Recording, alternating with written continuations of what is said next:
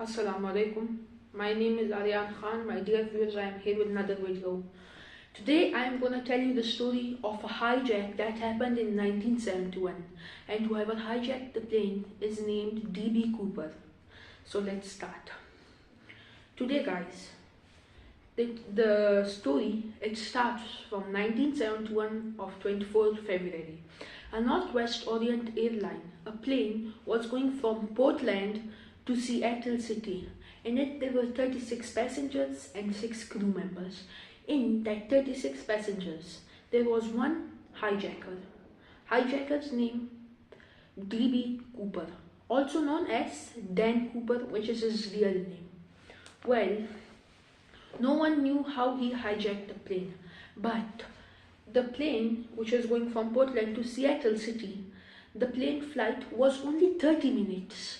Well, it was only 30 minutes. In the first 5 minutes of the flight, the air hostess was walking with the food and giving it to everyone. When she reached Dan Cooper, she told Dan Cooper, "Here, you take it." That's when Dan Cooper took a note. He had closed it and he gave it to Florence Schaffner, which was the first air hostess. Florence Schaffner didn't open it because she thought it was a love letter. But in the second round, when she was coming back, Dan Cooper, or D.B. Cooper, whatever we can say, D.B. Cooper told the Florence Schaffner that you should read this note. Well, as soon as she read it, in it clearly it was written, "Ma'am, I have a bomb. So please give my demands which I want, or I'm gonna blow up the plane because the bomb is in my briefcase." That's when Florence Schaffner quickly went and opened the cockpit door and told the pilots, and then the pilots told the president of the Northwest Orient Airlines, the Donald Nyrob. He said, when the pilot told Donald Nyrob said, "I'll complete all his demands, just tell me his demands." That's when the next air hostess in the story comes, Tina Mucklow. She was a very strong woman at that time. So she went and she sat with Dan Cooper. She told Dan Cooper, "What are your demands?" Well, Dan Cooper was sitting in the last seat, 18E. No one knew that there is a hijack or not. So when Tina Mucklow went to Dan Cooper's seat, she told Dan Cooper that, "Tell me your demands." Dan Cooper said, "I want $2 million in cash. I want $2 million in cash, refuel the plane at Seattle City, and give me 2 back parachutes and 2 front parachutes by this evening of 5 p.m. So when Tina Mucklow went back to the pilot, she told it, and the pilot told Donald Nyrob, the president of the airlines, that he wants this demands. Donald Nyrob said, "Yes, you fly the plane round and round in circles from Portland to Seattle City. I'm gonna arrange the money and then I will tell you." And by 4:45 p.m., the pilot had landed the plane slowly. Well, how if it was 30-minute flight? The people didn't even find out. Slowly that 30-minute flight turned into 3 hours because the Donald Nyrob, he was arranging the money. By 4:45, when the plane landed, they refueled the plane and all the passengers were off safely. Well, they didn't even know that a hijack has happened in the plane. The pilot had just said there's a technical default in the plane, so we just have to make it fine and it will take some time, we'll be in the air. So Dan Cooper got his money, his 2 back parachutes. All the passengers were off safely and only 5 crew members were off. And only 1 crew member was left with 2 pilots and Dan Cooper.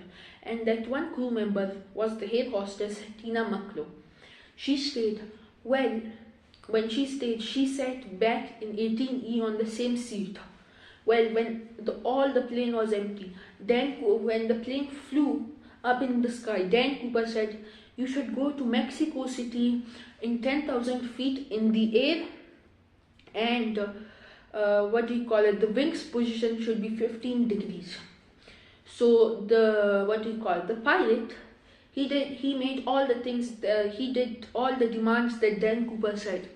There was 10,000 feet in the air, which is a very big thing. A plane doesn't go 10,000 feet in the air. So, guys, just 2 hours into the flight, Tina McClure was sitting with Dan Cooper. So Dan Cooper told Tina McClure, "You should go and sit with the pilots in the cockpit and lock the door behind you." So Tina McClure went in the cockpit and locked the door behind. And just 30 minutes after Tina McClure went into the cockpit, Dan Cooper went downstairs and opened a staircase which would go down. In that, now no one knew, and the plane, it was a new plane named Boeing 727. There was a very special thing in Boeing 727. It was that it had a staircase. It was like an emergency. If there's an emergency, there will be a staircase, you can jump from it. Just like an emergency landing. And many people liked that. That's why many people went in Boeing 727. So Dan Cooper opened that staircase. Well, at that time, there was a red button next to the cockpit. And it started beeping. When it started beeping, that meant that the staircase has been opened. So the pilot had to rearrange when the staircase opened, he had to reposition the plane, because if he had not, the plane could have fell at one side or different side. Well, when the staircase opened, Dan Cooper had jumped. Well, he had jumped and he had escaped. So starting from the next day, the FBI started a search.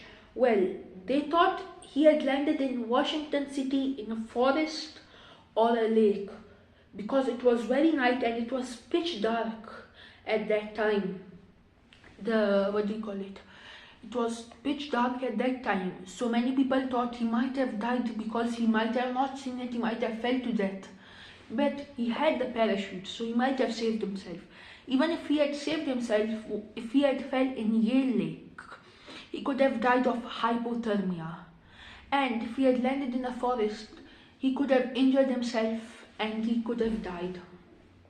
So there were many conspiracies what the FBI said, but in the story, none of them are true. Well, there's a fun fact that this investigation ended in 2014. This investigation had gone 43 years. So think about it. Well, till today, Dan Cooper is not found. Well, when the FBI started searching, they searched many places. They searched Yale Lake. They took many ships and boats from companies so they could search in Yale Lake. And the FBI also went to the forest to check if they can find a missing piece, a parachute, a ripped part of a clothes or the parachute, or he has left something else. Well, Tina McClure also said this, that he might have died because, first of all, in his appearance, he was in his mid-40s, he was wearing a black and white suit. In a suit, you can't jump good with a parachute. You can't do a parachute landing fine. And he was also wearing black glasses. So no one could describe him away, because in 1972, the FBI, they started making face that how he looked. So first of all, they asked all the passengers, Tina McClure, all the air hostesses and the crew members. They told them that how he looks. In 1972, they made their first sketch. In that sketch, everyone said this is not accurate.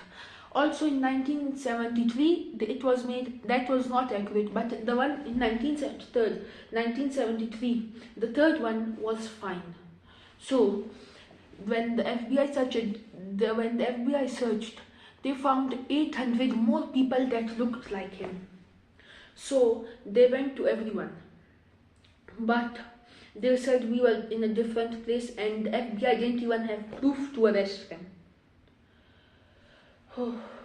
Okay guys, well, 8 years after, in 1979, when 8 years had passed of the hijack, there was a pilot, he called in 1979, he called the FBI.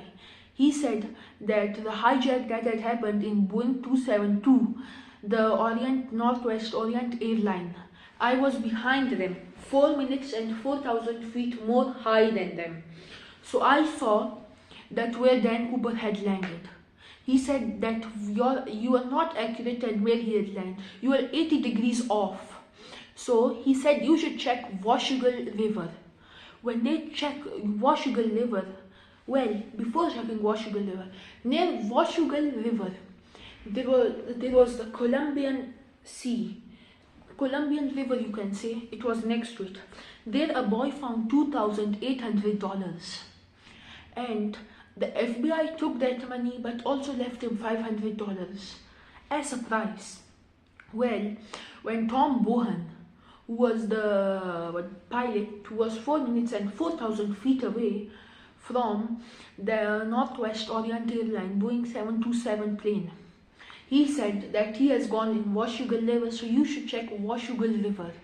Well, when they checked Washougal River, they found $3,000 more, and not three, you can say 5,000. They found 5,700, in total $5,800 with that boy's money. But they also gave the boy money. They also gave 500 to the boy, so they found $5,300 in total. So Tom Bohan's was correct.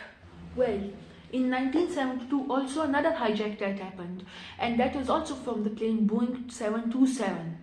When that hijack had happened, that man was also landed in the same place, but he was 15,000 feet more high. And at that night also, in 1972, when the hijack had happened by another man in the same plane. So, if it had happened in the same plane, he was 15,000 feet more high than Dan Cooper's plane, because Dan Cooper's was 10,000 feet in the air, he was 15, and he had also survived. How do we know he had survived? Because he was also arrested, he was found, but till today Dan Cooper's was not found. Okay guys, thank you for watching my video. Allah Hafiz.